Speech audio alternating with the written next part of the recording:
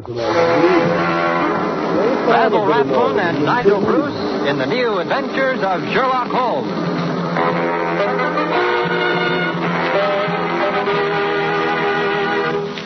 This rebroadcast is especially for the American Armed Forces and their allies.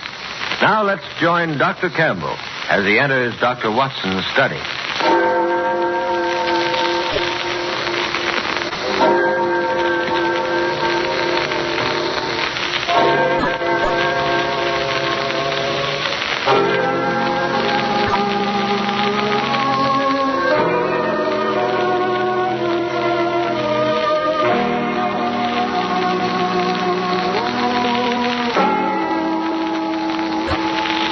Well, here we are once again in Dr. Watson's study. Come in, Mr. Campbell. Come in.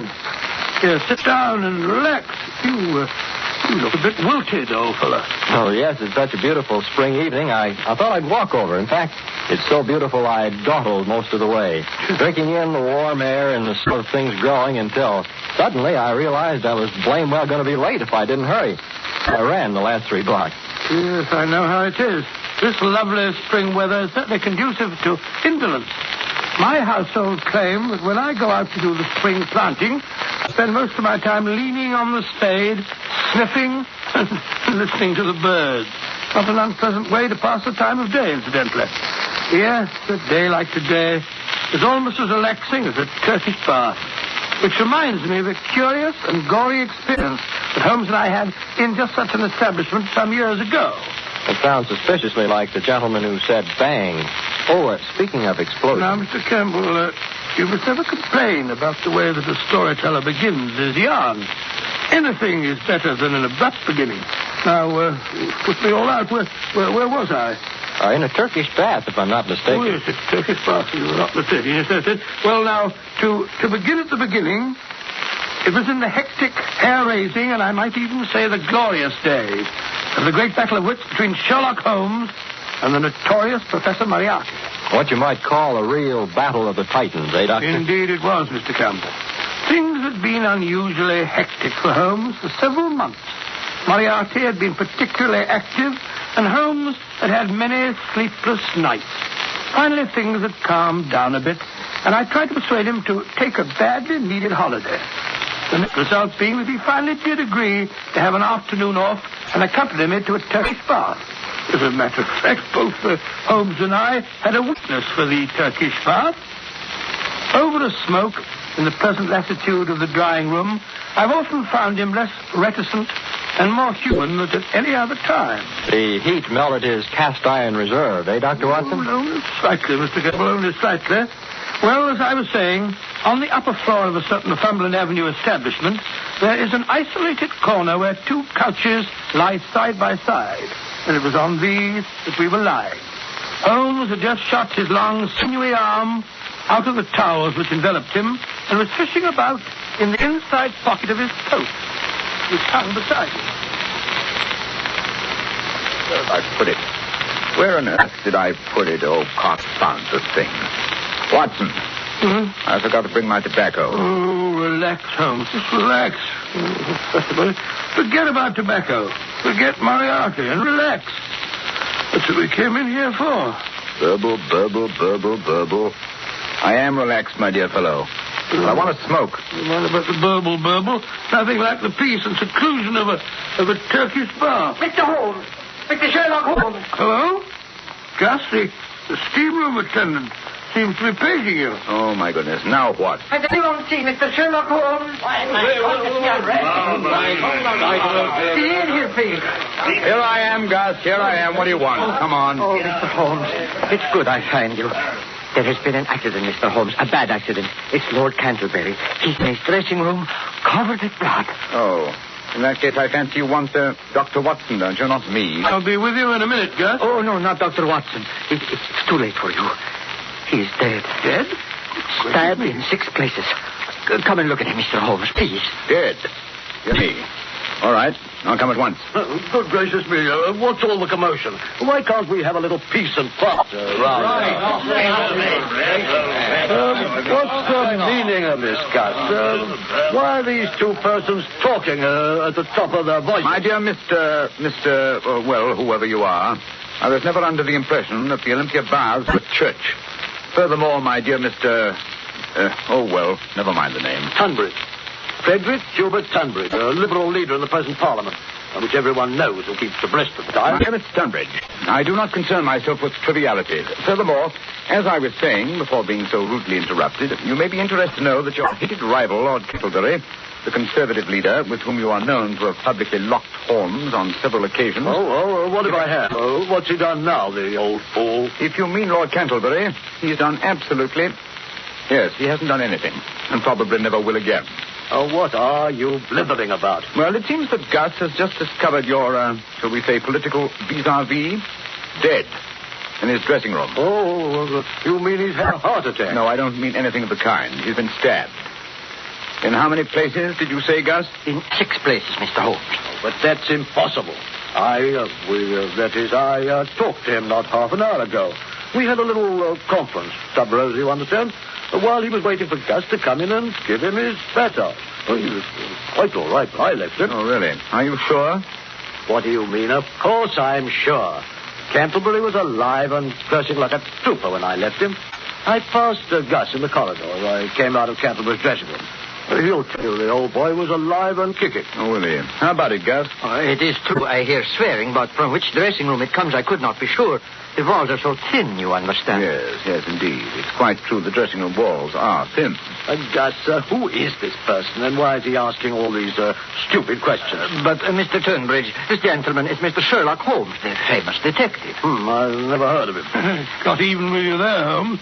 well, send for Scotland Yard. This is a matter of national importance. Quite, yes. I think you're quite right. You may as well send for Inspector Lestrade, Gus. Scotland Yard will have to be informed in any case.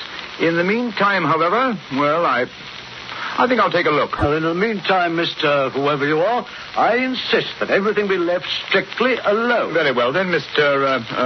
Thingamabob, if you insist, but you'll be losing valuable time. I most emphatically do insist. Well, I'm getting out of here. Me too, I'd like on the phone. You can do without me. I think I'll just... Just a moment, gentlemen. Just a moment, if you please. I think it's only fair to point out to you all that suspicion is bound to fall on anyone who leaves before the authorities have had a chance to search and question him. Touch me. You mean I have to be searched? We seem to have stirred up quite a hornet's nest, eh, Watson? Yes, and I brought you in here for a rest.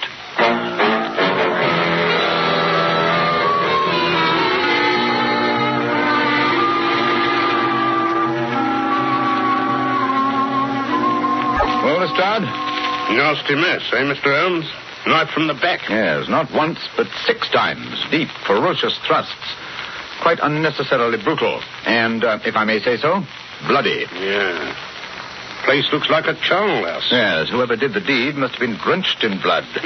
Might tell your men to search for blood-stained towels or garments, will you, Lestrade? Yes. Well, I'll pick up anything that's got blood on it. Never you fear, Mr. Holmes. I've ordered a search of everybody and everything on the premises. Yes, that's not going to be very popular with Mr. Tunbridge, eh, Holmes? I wouldn't care if he was the Archbishop of Canterbury. When Scotland Yard says search everybody, we search everybody. Besides, everybody knows he and the corpse here are bitter enemies. They fought like cat and dog. How long would you say he'd been dead, Mr. Holmes? Oh, I don't know. About, let me say, an hour and a half. Took nearly 40 minutes to get you here, Lestrade. And Canterbury had been dead, let me see, over half an hour when Gus found him. Yes, Gus. Did the doorman notice who left the establishment during the half hour before the body was found? Yes, sir. Only old Mr. Welford. And he's too feeble and nearsighted to do a crime like this. Was the door to Lord Canterbury's dressing room locked? No, sir. Oh? And how does it happen he lay here for over half an hour before anyone found him? Particularly as he was down on the books for a massage half an hour before he was found. Well, you see, I thought he was asleep. Lord Canterbury, sometimes he liked a little nap after he was in the steam room, and he didn't want I should disturb him. Oh, that's very interesting. Then you did come in this room once before you realized Lord Canterbury was dead. Yes, Mr. Holmes. But he was lying there so peaceful. So peaceful. Yes, on his back? Yes, sir, just like we found him. It wasn't until the second time I come in I see he has his eyes open. Mm-hmm. And the place is, shall we say, all spattered with blood? It was so dark. The shades were drawn. It was not easy to see anything if you don't look close. Even then, some people are unable to observe the most obvious facts. And what might you mean by that? Oh, just an observation, Lestrade. Just a gratuitous observation. Come in. Well, Willis, what's up? We've searched the place from top to bottom, just like you said, Inspector. And there's no blood stains nowhere, except on this. What's that? A pocket knife, sir, large size. Oh. The handle's been wiped off, but there's still some blood stains on the blade. We found it in the locker of a bloke named of Tunbridge. Uh-huh. Just a minute, Lestrade. Don't go off the deep end. Willis. Yes, sir? You say there were no bloodstains anywhere except on this knife. Not a sign of a blood stain nowhere. You searched the dirty linen hampers, the towels and lockers, the clothes? Oh, yes, sir. We searched everything. There's not a sign of blood anywhere but on that there weapon. Amazing. That's enough for me. This here is the murder weapon, and it was found in Tunbridge's locker. Bring him in here, Willis, and we'll have him on the carpet. Yes, right away. I knew he was a murderer from the beginning. Who has the motive for killing Canterbury? This chap Tunbridge. Who had the opportunity? This chap Tunbridge. He admits himself he had a talk with the deceased and they had words. And where is this here bloodstained knife found? Nowhere but in this Mr. Tunbridge's locker. Stupid place for a murderer to hide the fatal weapon in his own locker. Tunbridge isn't as stupid as that, Lestrade. No? Then why was it there? Look here, this is an outrage, keeping me here like this. Well, don't you realize I have influence? Well, you might at least let me put on my clothes instead of pouring them about. I'll complain to the authorities. I'll have you dismissed, all of you. Oh, maybe you will, sir. And then again, maybe you won't. But first of all, you'll answer some questions. Have you ever seen this knife before? Knife? Yes, of course. It's mine. I've had it all my life. I used to take it fishing when I was a boy. Oh, indeed. That would explain its size, then. Well, now I use it to open my letters. Oh, you do? Are you sure that's all you use it for? Yes, of course. Then why are these here blood stains on it? Blood stains? Yeah. Where? Here and here and here. No, don't you touch it. We don't want to destroy any possible fingerprints. But if it's mine, my fingerprints are already on it. Yes, he's right there, Lestrade. Now, Furthermore, that stain doesn't look like blood to me. It's not red enough. It looks like rust. As a matter of fact, if the stain is a nice blood red, it's fairly certain it's not blood. Now, this particular stain, you as far as I leave see this particular stain to Scotland Yard, Mr. Yes. Don't forget, my dear Lestrade, I invented the first infallible test for blood stains. That's quite true, Lestrade. You did. Indeed. My test is infallible. It works on blood that is new or on blood that is old. I discovered the first reagent, which is precipitated by hemoglobin. I'm sorry, mister, I'm sorry, but Scotland Yard hasn't any time for lectures. We believe in action. Now, Mr. Tunbridge, it's my duty to take you into custody, and it's also my duty to warn you that anything that you may say may be used in evidence against you. Anything I say? Do you realize whom you're arresting? I'm a leading figure in British politics. So was this fellow who lies here stabbed with your knife, which has still got bloodstains on it. Lestrade, if you'll pardon me for saying so, in this case, it's not the bloodstains that are in evidence, but the bloodstains that are not in evidence, which is the significant factor. What? Oh, what do you mean by that? Simply that it would have been rather difficult for Mr. Tunbridge to have committed a murder as gory as this one without having bloodstains on the towel he's wearing or on the clothes which are still in his locker. What was to prevent him from dropping his towel outside Lord Canterbury's dressing room, getting in and knifing him in the back, then sneaking down to the shower rooms, not more than 20 feet down the corridor, and washing away the evidence? Me going round about in the nude? Certainly not. Most certainly not, sir. Remember, my dear Lestrade, as you drag one of Britain's leaders away to jail, that it might have been possible for him to stab his enemy in a fit of temper, but he would never have dreamed of running up and down the corridors in his birthday suit. Let me see. I'm afraid I shall have to look for another explanation of the missing bloodstains.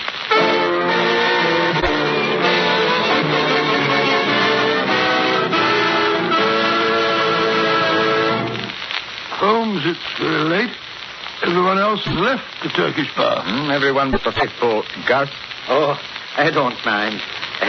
Tonight we have by my house sauerkraut. I don't like sauerkraut. Besides, I've got to stay and lock up. Then you'll have to wait till we find the bloodstains. They're here somewhere. That's why I sent home for my famous benzidine peroxide mixture.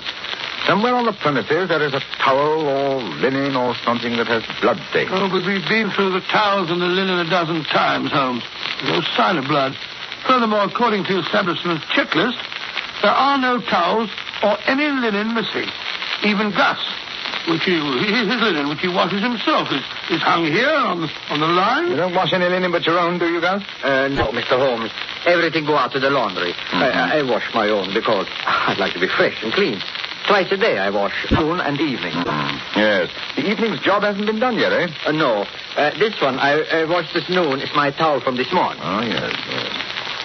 This morning's towel washed this noon. Yes. What was it? Cantlebury was murdered in the middle of the afternoon about 3:30. Now it's now after 7 o'clock. Don't you see, Watson? This towel. Don't you see? No, Holmes. Don't see a blasted thing. The towel's as clean as a whistle. But not dry. If it had been washed at noon, it would be dry now. But it's still damp. Yes, it was washed after Cantlebury's death. Of course, to remove the bloodstains. Gus? Mr. Holmes. That's why you didn't report the death until half an hour after Canterbury had died. Oh, no. You had to have time to remove the bloodstains. But that's not true. Besides, you can't prove anything. The towel is clean now. There are no marks, no stains. The very fact that there were no stains on it, Gus, first made me suspect you. Lord Canterbury was found lying on his back. And yet, when you informed us that he had been stabbed, you were quite definite about the number of times that he'd been stabbed. But in the back. Yes? Yes. How did you know that, Gus? Well, I lift him up and I look. Of course, I see what you're getting at, Holmes. He couldn't have done that. No one could examine the corpse without getting blood all over himself. And yet, when Gus appeared to tell us of Canterbury's death, there wasn't a spot of blood on him. But if I can prove that this towel which you so carefully washed once had bloodstains and that you were very careful to remove those stains... That you will never prove. I have scrubbed. I have used soap. I have even boiled that towel. There is not even a suspicion of a bloodstain left. That is where you're wrong, my friend. And Watson, run the water into this tub, will you? No matter how thoroughly you try to remove a bloodstain, it will never... out. Damn it, spot. Yes, we only need enough to moisten the cloth. Now I'll drop a few drops of my famous solution onto the cloth. There we are. Well, all these are a fair blue streak. Yes, it's undoubtedly blood. Blood? Yes, curious blue streaks prove infallibly that there was blood on this towel. And now, Gus, how are you going to explain why you were so anxious to remove these bloodstains? No, I did not do it. It was Mr. Tunbridge. He did it. The knife was his knife. There was blood on it. Let me out of here. It's not my fault. I don't want to help. Holmes, he's running away. Watson, I'll get him escape. Well, there he goes down the corridor. He's gone into the steam room. Don't worry. I'll get him. Phew. The steam's thick in here. I can hardly see my hand before my face. Must be in here. Look under the benches, Watson. Watson, leave the door open. Let some of this blasted steam out of here, will you? I didn't shut the door. Holmes, you hear that? The door. Someone's locked the door. Hey, somebody, let us out. Let us out, you hear? We're locked in. We've been locked in by mistake. No, you're wrong. It was no mistake, my friend. Holmes, Moriarty. He's here in the steam room with us. Oh, that's just his voice through the ventilator. So you were behind this murder too, Professor? Of course. Perhaps you would like to know why I had to kill Lord Canterbury. Yes, indeed. That would be very interesting. Good. I found it necessary to start a feud between the two great political parties because they're in danger of forming a coalition to pass certain housing reforms that would have proved very expensive to me. Well, what better way to break up an incipient collaboration than by killing one leader, having the other hanged for his murder? Very ingenious, Javier. Pity you should have chosen such a clumsy tool as Gus. Perhaps. But fooled Scotland Yard, Mr. Holmes. It was just my ill luck that you should be on the premises when the accident occurred. Oh, thank you for the compliment. Not at all. However, it's a mistake which I'm sure Gus will be able to rectify. Gus? How? Very simple. I have sent him to put more coals on the fire. Any moment now, there should be more steam. Yes, gentlemen, much more steam. I'm afraid that when you finish with this steam bath, you will never need another. No, you will be boiled alive. He's right there. There comes the steam pouring out of the opening over our heads. If only we could reach that opening, we could stuff some of these towels into the pipeline and cut off the flow. Good Lord, Holmes, it's getting very hot in here. Wait. I had one of the long benches. I'll stand on the end. You'll have to balance it while I climb on the top. Talk, Watson. Make a noise. Anything to cover up the moving of the bench. Very well. Oh, getting hot. Moriarty, this has gone far enough. We can't stand much more of this. Steady, Holmes. I'll hand me out the towel, quick. Moriarty, turn the steam off. You hear, Moriarty? Can't you hear? The heat, it's becoming unbearable. Yes, more towels, Holmes. Is it getting hot enough in there, Gentleman Boyle? I'm sure it is. Boiled nice and pink, boiled in steam, live steam.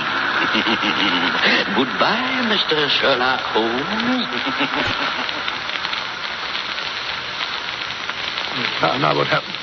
You can't stand up there all night, Holmes. Someone has to. Pressure's terrific. Huh? Then it will soon become so great that it may burst the boiler. That's dangerous. Buildings will be known to collapse because of bursting boilers. Nevertheless, it's our one chance. If only the confounded boiler bursts before my arm is snapped into... But Holmes, your arm isn't as strong as the boiler plate. Pressure. Pressure, my dear Watson. Measured per square foot of air surface. Quite a bit of surface to a boiler. The opening of this pipe is fairly small. All the same, I'm afraid I can't hold out much longer, Watson. Hold on, Holmes. Hold on. It must burst soon. It must. The pressure. My hands. My hands. Look out. Look out. Look out.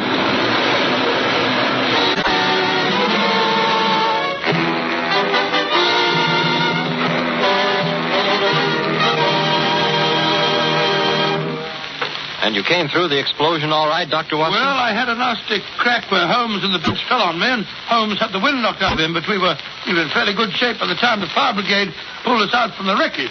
Moriarty wasn't by any chance trapped or killed or something? Unfortunately, no, but they found Gus, however, quite dead. I suppose the exploding boiler did for him. No, there was a bullet wound in the back of his head. I rather imagine that Moriarty wanted to make sure that he would never appear in court. Doctor, through what you went through in that Turkish bath episode, I think I'd never want to work on another case with Holmes again. Oh, come now, Mr. Gamble. I certainly did feel like that for a couple of hours. But by the time we got back to Baker Street and sat down to one of Mrs. Hudson's good meals, well, I was ready for anything that Holmes had in mind. You know, there's nothing like a good dinner to make you feel a new man.